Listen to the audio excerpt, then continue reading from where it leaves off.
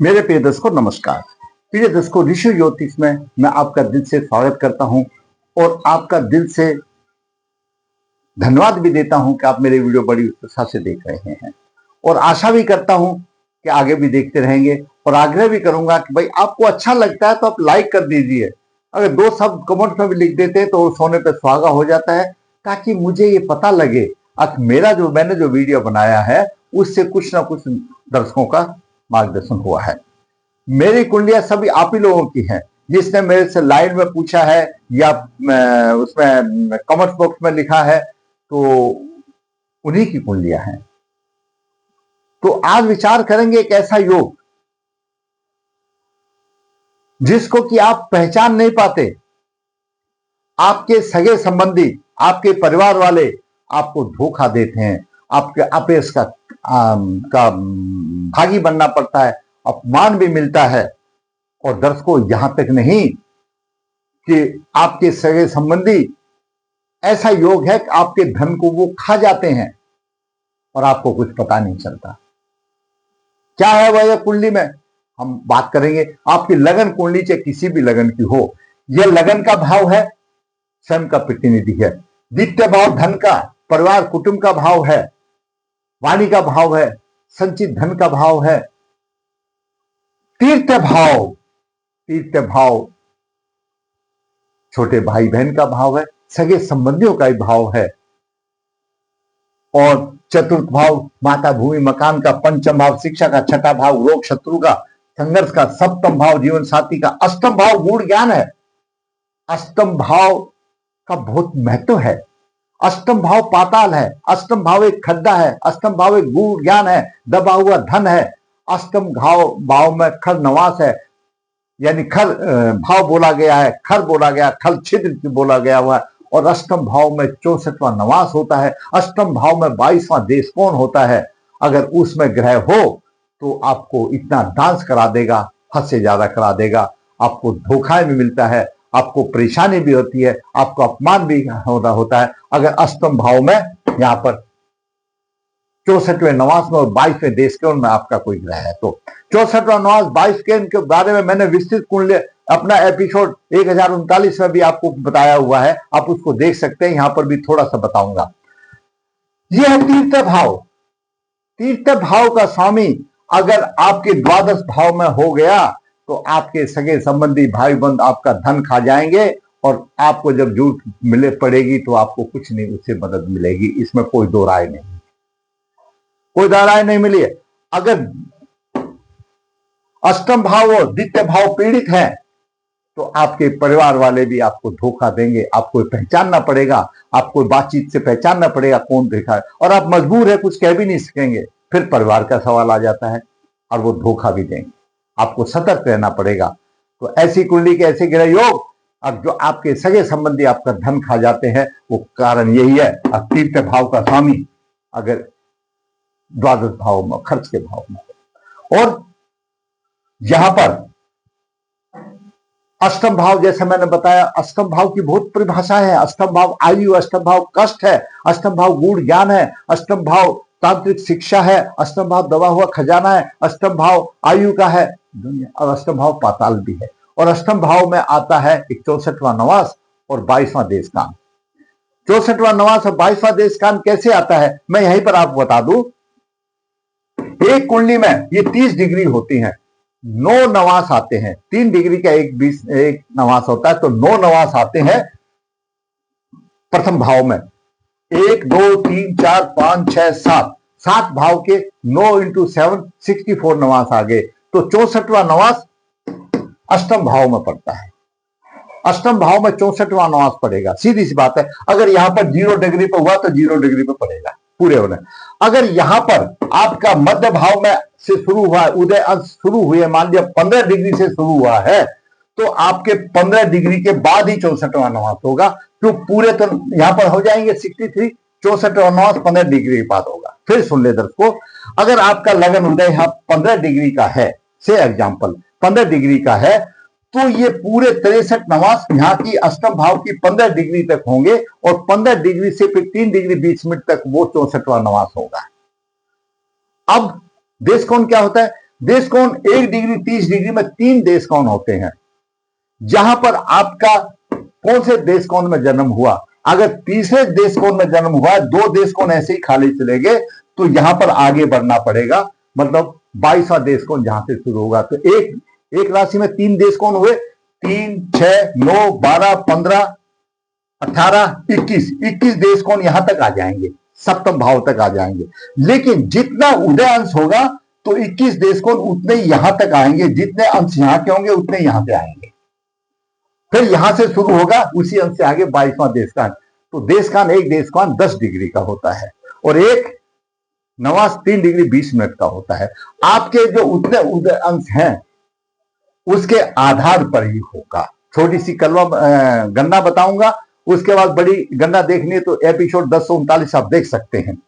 10 को बात करते हैं, अपनों से मिलता है धोखा और आपके धन को खा जाते हैं। क्या है ग्रह योग? अपमान, अपस, केतु 64वें नवास में और 22वें देश कोण में है। यहां पर केतु 64वें नवास में है और 22वें देश कोण में है। जातक का जन्म 3 अक्टूबर 1986 अमावस्या को हुआ, हस्तकरण 1 शुक्रवार को हुआ, शाम को 5:05 को हुआ। जन्म के समय कुंभ लगन हुआ, 26 डिग्री लेकर के 8 डिग्री लेकर के उदय से, गुरु 21 डिग्री 22 मिनट लेकर के, द्वितीय भाव में राहु 27 डिग्री लेकर के, छठे भाव में चंद्रमा अस्त 22 डिग्री लेकर के, सूर्य 16 डिग्री लेकर के, 27 डिग्री 33 मिनट लेकर के, बुध 5 डिग्री लेकर के 33 मिनट पर है, शुक्र 24 डिग्री लेकर के, शनि लग्नेश यहाँ पर 11 डिग्री 54 मिनट पर है। द्वादश भाव में मंगल उच्च राशि का है। तीर्थ भाव का स्वामी मंगल उच्च राशि का है। तीर्थ भाव हमारे सगे संबंधी का, छोटे भाई बहनों का है, तो धन का खर्चा तीसरे भाव के स्वामी करा देते हैं, हमारे धन को खा जाते हैं, हमारा धन को खर्च करा जाते हैं ये किसी न किसी रूप में, और फिर उनके कोई हमको मदद नहीं मिलती। मदद क्या मिलेगी? यहां से फिर निज दृष्टि से छठे भाव को देखेंगे। यहां पर जो भी ग्रह होगा यहां पर छठे भाव को देगा, वो छठे में भी परेशानी ही देगा, कोई मदद नहीं मिलेगी। तीर्थ भाव का स्वामी अगर द्वादश भाव में है तो आपके धन को वो एक्सपेंस कर देंगे, खर्चा कर देंगे, खा जाएंगे, कुछ भी बोलो। और फिर वहां पर बैठा हुआ ग्रह यहाँ पर छठे भाव को भी देखा, वहां पर परेशानी के अलावा कुछ नहीं देंगे आपको, उनसे कोई फायदा नहीं मिलेगा। ये बिल्कुल एकदम 100% बात है। दूसरा, ये ग्रहों की स्थिति रही। अभी नवास में भी देख लेते। नवास में, विश्व नवास में राहु है, राहु तीर्थ भाव में विश्व नवास में है। पुष्कर नवास में सूर्य और बुध है। बहुत अच्छी बात है, सूर्य और बुध। जो ग्रह विश्व नवास में होगा वह अपने कारक की हानि करेगा, जहां पर बैठा हुआ उसको बलिष्ठ हो जाता है, वो बलवान होगा और प्रभाव देगा, अशुभ प्रभाव देगा। पुष्कर नवास में ग्रह बलवान होता है, लेकिन जिस अपने कारक में वो बढ़ोतरी करता है। सूर्य किसका कारक है? पिता का कारक है। पिता के बढ़ोतरी करेगा। आत्मा का कारक, आत्मा अच्छा होगी। प्रशासन का कारक है, प्रशासन अच्छा होगा। और कुंडली में सप्तमेश है तो जीवन साथी का भी अच्छा सुख होगा। और शुक्र आ गया। शुक्र क्या है? शुक्र भाग्य का स्वामी है, और भाग्य का स्वामी तो है शुक्र, जिसका अच्छा उसका जीवन भी सुधर जाता है। शुक्र सप्तम भाव का कारक है। जब सप्तमेश भी अच्छा हो और शुक्र भी अच्छा हो तो कहने की कोई बात ही नहीं, अच्छा उसको दाम्पत्य सुख मिल जाता है। दाम्पत्य सुख प्राप्त करने के लिए सप्तमेश और शुक्र का होना बहुत ही अच्छा है, बहुत अच्छा सुख मिल जाता है, बेशक से ग्रहों की स्थिति कैसी भी हो। हालांकि पंचम भाव का स्वामी है, छठे नवम भाव में है सूर्य, केतु के साथ है, लेकिन यहां पर ये पुष्कर नवास में अच्छा दाम्पत्य सुख देगा, और शुक्र भी अच्छा है, अच्छा चरित्रवान होगा, ये भी कंडीशन रही। दूसरा, लग्न शनि यहां पर है, शत्रु राशि में है, परिश्रम के साथ में दसम भाव को देगा, व्यवसाय अच्छा होगा, नौकरी अच्छी होगी। ये भी तीसरी दृष्टि से खर्चा कर रहा है, उधर से भाई बंधु भी खर्चा करे, ये भी खर्चा कर रहा है। खर्च की कोई लिमिट नहीं। यहां पर भी बात चलो छोड़िए, उनके साथ मिल करके ये भी खर्चा कर रहा है। वो ज्यादा कर रहे हैं उच्च राशि में तो कम कर रहा है, कैसे भी लगा लो खर्चा हो रहा है। गुरु जन्म नक्षत्र हर से 22वां नक्षत्र पुनर्वसु है, गुरु विनाशकारी बन गया और पूर्वपाद्रा नक्षत्र में है, ठीक है कि नहीं? गुरु यहां पर विनाशकारी हो गया। वैसे भी त्रिश्राय है, त्रिश्राय यहां पर होता है। वैसे तो कुंभ लगन के लिए वरदान है गुरु, तो द्वितीय भाव और एकादश भाव का स्वामी लगन में अच्छा धन देता है कुंभ लगन के लिए, लेकिन विनाशकारी हो गया तो यहां पर परेशानी आ गई। दूसरी बात, लगन के दोनों तरफ पाप ग्रह है, लगन भी परेशानी में है, गुरु भी परेशानी में है। वैसे ही जब जब एकादश भाव का त्रिश्राय का स्वामी अगर लगन में होगा तो बीमारी देगा, धन तो दे देगा, रोग दे देगा। लेकिन यहां पर मंगल और गुरु पाप करते योग में है, गुरु भी फंस गया, लगने से फंस गया, लेकिन शनि अच्छे स्थान पर है, ये बात छोड़ दीजिए। केतु 24वें नवास में। अब यहां पर देखिए यहां पर कैसे अपयश मिलता है, अपयश और अपमान का भागी बनता है।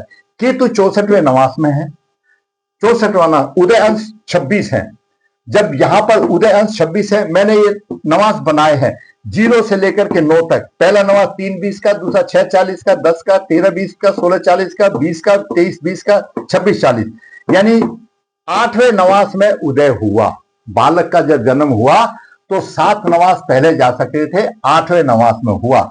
तो भाई यहां पर 8वें नवास में उसके 63 पूरे होंगे। यहां पर जब 26 डिग्री आएगी तो 63 पूरे होंगे, क्यों? उदय अंश के बाद आए हैं तो यहां पर इतना आगे चला जाएगा, उतना हो गया। जब 26 पूरे होंगे तो 27-30 पर 27-33 पर केतु है, ये आ गया 64वें नवास में। और यहां पर 2 देश कोण चले गए तो यहां पर 2 देश कोण, ये आ गया 22वें देश कोण में। तो मैंने इसी तरह से बताया, लगन के 2, द्वितीय के, तृतीय के, चतुर्थ के, पंचम के, छठे के 9 और सप्तम के 9, 56 और 8, 64वें नवास, 8वां इसका आ जाएगा, तब जाकर के 8वें नवास के, तब 64वें नवास में आएगा। राशि में, एक राशि में 3 देश कोण होते हैं, 10-10 डिग्री के होते हैं। 30 डिग्री को 3 भागों में बांटो, 10-10 के 3 दो से 3-7 21, यानी लगन से लेकर 27 तक 21 देश कोण हो गए। 22वां देश कोण अष्टम भाव से होगा, लेकिन शुरू कहां से होगा? उदय अंश से शुरू होगा, 26 से शुरू होगा, 26 तक खत्म होगा, फिर शुरू होगा। तो केतु इस तरह से 64वें नवास में है और 22वें देश कोण में आ गया। ये कैलकुलेशन है। और वैसे कैलकुलेशन करने के जब D3 बनता है तो उसके अष्टम भाव में केतु होगा ही होगा, उसमें कोई दो राय नहीं। तो केतु जो ग्रह बना वो 64वें नवास में भी आ गया और 22वें देश कोण में भी आ गया। जो भी ग्रह आपका 64वें नवास में 22 देश कोण में है, वो अपमान देगा, अपयश कराएगा, धन की हानि करेगा अपनी अंतर्दशा में, और प्रत्यंतर जो भी है उसकी, तो ग्रहों की अंतर्दशा प्रत्यंतर कंटिन्यू चालू रहती है, देगा। द्वितीय भाव में राहु है, राहु मायावी है, कुटुंब का भाव है, कुटुंब से धोखा मिलेगा, खर्चा होगा, कुटुंब से धोखा मिलेगा। और राहु की पंचम दृष्टि यहां पर जा रही है, राहु की दर्शकों पंचम दृष्टि यहां पर जा रही है, राहु की पंचम दृष्टि जा रही है। मंगल तो कर ही रहा है, राहु यहां पर खर्चा कर रहा है, अपमान कर रहा है, और राहु यहां से भी खाली कर रहा है। राहु केतु की पंचम दृष्टि यहां पर जा रही है और केतु की यहां पर जा रही है। ये अपमान अपयश अपने ही आदमी देंगे, परिवार के ही आदमी देंगे। तो दर्शकों ये कुंडली की स्थिति बनती है। केतु 64वें नवास में आ गया और 22वें देश कोण में आ गया। गुरु भी विनाशकारी बन गया और नवास में राहु हो गया। तो इस केतु की वजह से अपमान मिलेगा, अपयश मिलेगा। मंगल की वजह से खर्चा अधिक होगा और आप चिंता करने की जरूरत नहीं। आपके परिवार वाले, आपके सगे संबंधी आपको कोई सहायता नहीं देंगे और आपको सिर्फ खर्च कराने के लिए बैठे होंगे। इसलिए मैंने बोला अगर धन को खा जाएंगे, आपको उपाय करना पड़ेगा। 10 को उपाय करना पड़ेगा। क्यों आए? सब पूर्व जन्म के कर्मों के आधार पर आए। और गुरु की महादशा चल रही है, गुरु पाप करती है उसमें। तृतीय द्वादश में मैंने आपको बता दिया, केतु 64वें नवास में 22वें देश कोण बता दिया, गुरु विनाशकारी, ये मैंने बता दिया। ये अशुभ स्थिति क्यों आती है? अशुभ स्थिति आती है हमारे कर्मों के आधार पर आती है।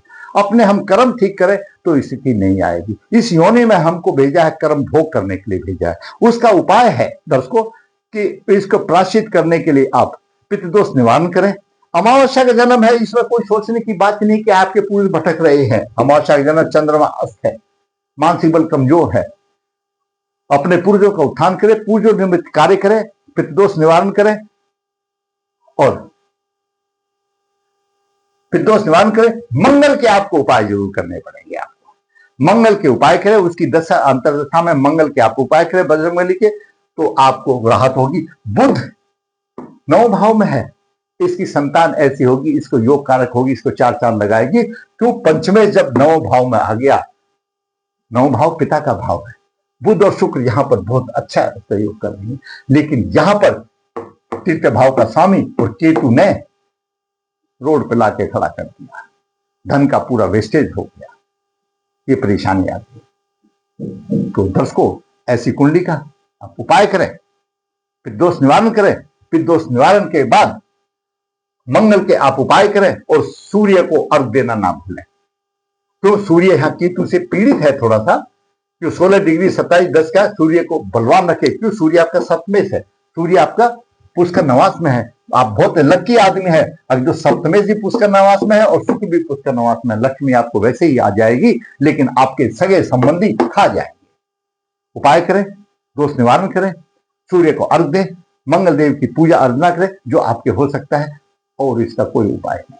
अगर आपको मेरा वीडियो अच्छा लगा तो आप लाइक करें, शेयर करें, जिन्हें चैनल सब्सक्राइब है ताकि आने वाली भी अपडेट आपको मिलती रहे। धन्यवाद।